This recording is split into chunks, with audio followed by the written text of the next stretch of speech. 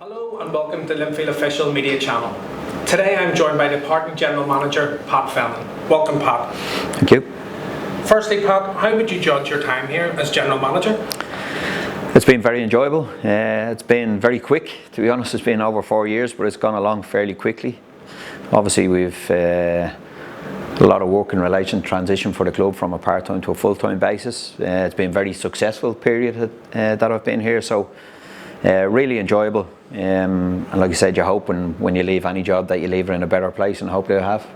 You mentioned there about the obstacles from part-time to full-time. Did you find that there was many in place moving from the part-time model to the full-time model that's in place at the moment? Yeah, well, I think once we had that discussion as a club, we outlined the obstacles that may come in. You're transitioning, 25, 35 part-time employees to full-time employees, so there's obviously going to be obstacles in there.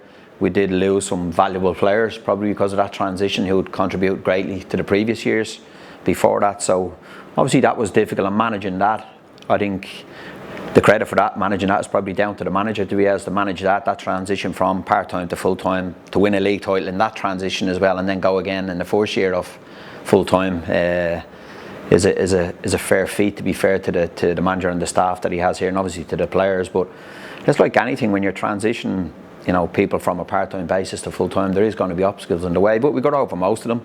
Like I said, we maybe lost 1 or 2 players that we would have liked to hang on to, but that's football.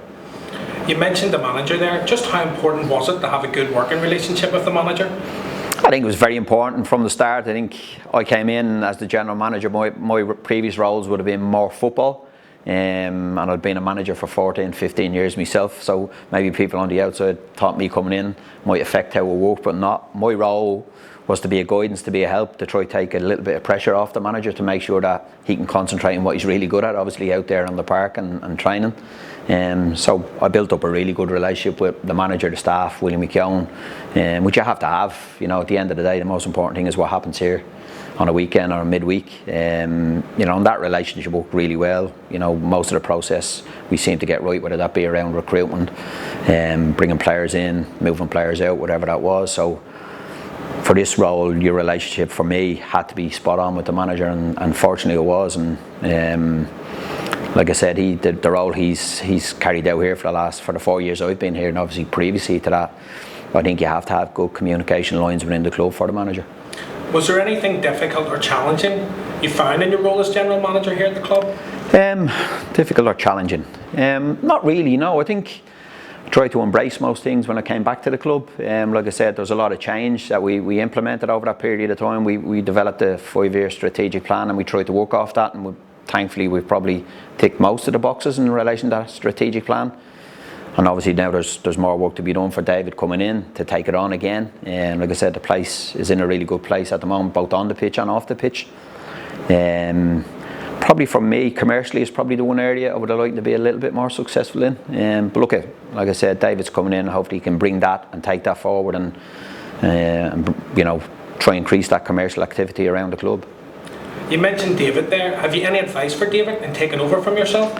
No, I think you've got to be your own man. I think when I came into the club, we hadn't had a general manager previously. Obviously we had, like I said, Ken Greer had been doing a lot of work, and Andy Conn had done a lot of work around the administration and the office side of the club. So I was trying to come in, like I said, that general manager role was different than new. I think there's a lot of good, things work really well at the moment. We spoke about the club, but there's also a lot of aspects of the club that people probably not aware of and probably don't care too much about in relation to what happens on a Saturday is the key for us. But from an administration point of view, everything works really well at the moment. David's his own man, he'll find his own way to do things. They'll be different to me, and I wish him the best of luck, because obviously you want success to continue for the club, and when you've got the people in the background that can drive that, well then it makes everything a little bit easier for the manager and the coaches and the players on the park. And finally, Pat, have you a parting message for the Linfield fans? Obviously you were adored very much here as a player, and did you find that as well, going to general manager, the same? I think my message to the sport is just thank you. When I came here as a player in the early 90s, they took me to their heart, which was fantastic. I was very lucky, very fortunate that we ended up winning a few trophies when I was here in that first season, and had a special day here in the last day of the season. I think that probably helped me in that regard. No, it's just thank you. They've always treated me really well. I'm on record as saying that it's a place I love. I love coming back to it. I've been very, very privileged to be a player here, and to come back here as the general manager. There's not many people get a chance to come back to Linfield twice. So it's it's thank you. That's all it is. And I don't need to tell them they'll back their club to the hilt. They always do. But for me, it's a thank you, and it's been a privilege. Well, thanks for taking the time out today, Pat, to join me, and I wish you nothing but the best at the Unions. Thank you. Join us again very soon for more content, and like and share on our official media channel.